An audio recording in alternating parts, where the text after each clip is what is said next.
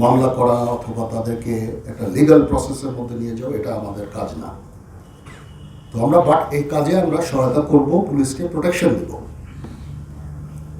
এবং পুলিশ যখন কনফিডেন্ট হয়ে যাবে, তারা যখন আত্মবিশ্বাস ফেরত পাবে, আমরা চলে যাব। এখানে আমি এসে সবার সাথে কথা বলেছি, সব সংশ্লিষ্ট সবার সাথে। এখানে আমাদের সেনাবাহিনীর যারা আছেন, পুলিশের যারা আছেন, সিভিল অ্যাডমিনিস্ট্রেশন, আনসার, তারপরে র্যাব, সবার সাথে কথা হয়েছে, বিজিবির সাথে কথা হয়েছে। পরিস্থিতি এখন শান্ত হয়ে এসেছে এবং সম্পূর্ণভাবে আমি বলবো যে আইন শৃঙ্খলা পরিস্থিতি আমাদের নিয়ন্ত্রণে।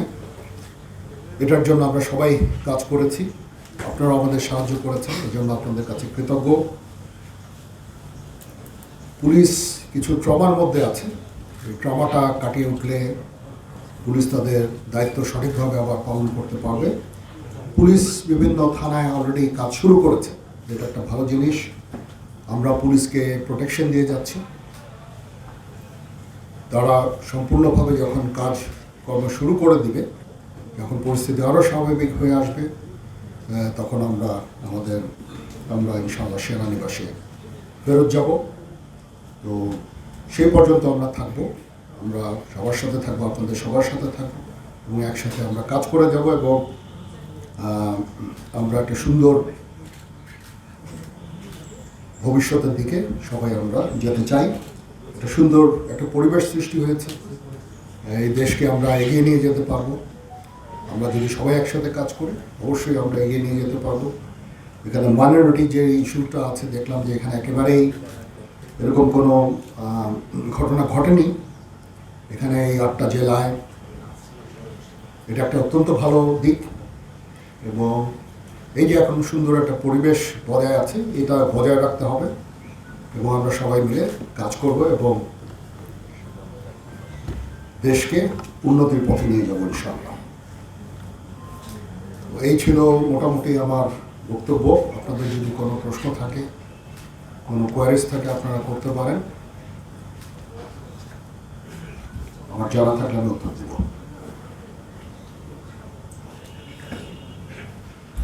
যে পরিস্থিতি এখন স্বাভাবিক হয়ে এসেছে, কিন্তু পুলিশ এখনো ট্রমার মধ্যে আছে, কারণ পুলিশের উপরে যে ধরনের হামলা হয়েছে, তারা একটা ট্রমার মধ্যে আছে, এবং যত তাড়াতাড়ি সম্ভব, তার যতক্ষণ তারা এই ট্রমা থেকে বের হয়ে আসবে, যত তাড়াতাড়ি আমরা ফেরত যেতে পারবো ইনশাআল্লাহ। এই উদ্ভূত পরিস্থিতিতে বহির্বিশ্বের কোনো চাপ আছে কিনা? না, তারা তো অবশ্যই দেখছে, এটা একটা বিশেষ একটা পরিস্থিতি, সবাই বুঝে, এবং মাইনরিটি একটা ইস্যু নিয়ে কিছু কিছু কথাবার্তা হয়েছে, বাট 20টা জেলায় মোট 30টা এরকম মাইনরিটি রিলেটেড অরাজকতা হয়েছে, সেটা অবশ্যই একটাও কাম্য না, একটা হওয়াও কোনো কাম্য না আমাদের কাছে।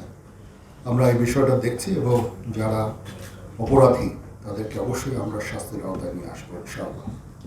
স্যার, গোপালগঞ্জের যে এটা একটা ভুল বুঝাবুঝি, পরবর্তীতে না, এখনো হয়নি, এটা একটা ভুল বুঝাবুঝি হয়েছে তাদের সাথে আমাদের।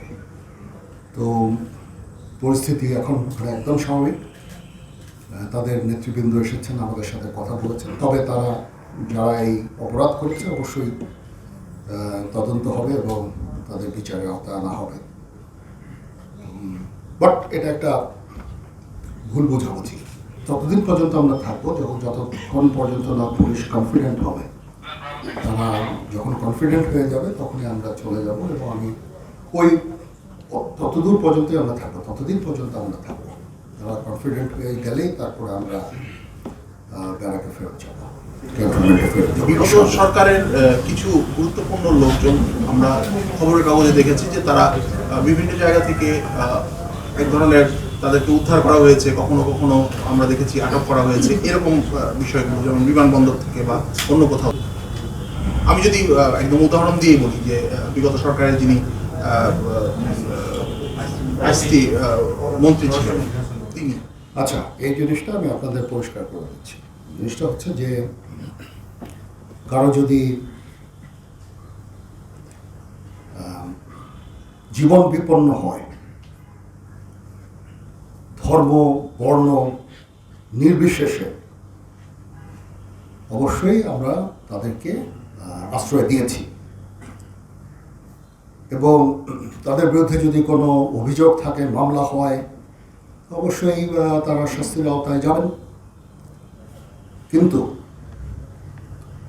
অবশ্যই আমরা চাইব না যে এক্সট্রা জুডিশিয়াল কোনো অ্যাকশন তাদের উপর হোক, বিচার বহির্ভূত কোনো কাজ হোক, তাদের উপরে হামলা হোক বা তাদের জীবনে যে হুমকি যেটা আছে সেটা থাকলে আমরা তাদেরকে আশ্রয় দিয়েছি। যেই হোক, যেই দলেরই হোক, যেই মতেরই হোক, যেই ধর্মের হোক, সেটা আমরা করব। রাজশাহীতে আমরা যতটুকু জানতে পারছি, রাজশাহী বিভাগে এখন পর্যন্ত মানে আমাদের হিসাব ভুল হতে পারে, পুলিশ তদন্ত করবে, প্রয়োজন হলে মামলা করবে এবং তারা তাদেরকে বিচারের আওতায় নিয়ে আসবে।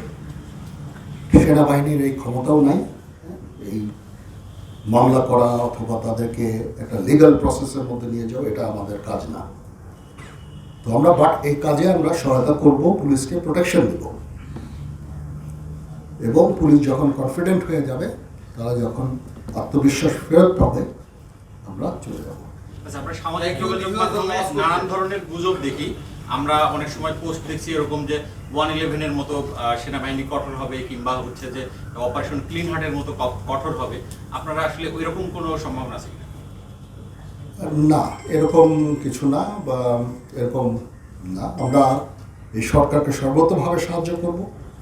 সরকার কিছু সংস্কার করতে চাচ্ছে এবং একটা ফ্রি ফেয়ার ইলেকশন করতে চাচ্ছে। সেটার জন্য যে ধরনের যতদূর সহায়তা তারা আমাদের কাছে চাবেন, সেটা আমরা করব।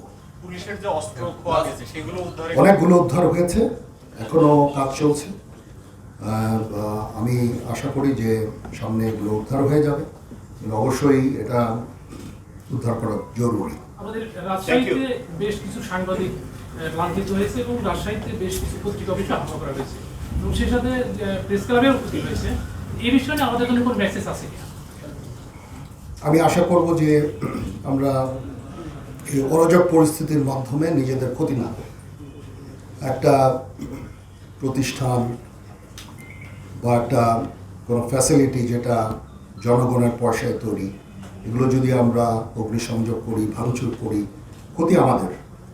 সেই দিকটা আমি নিশ্চিত সবাই খেয়াল রাখবে এবং এই সমস্ত কার্যকলাপ থেকে, ধ্বংসাত্মক কার্যকলাপ থেকে আমরা সবাই বিরত হব। ধন্যবাদ। Thank you. আপনারা thank you very much. Thank you. সবাই ভালো থাকেন। আপনাদের সাথে কথা বলে আমার ভালো লাগলো।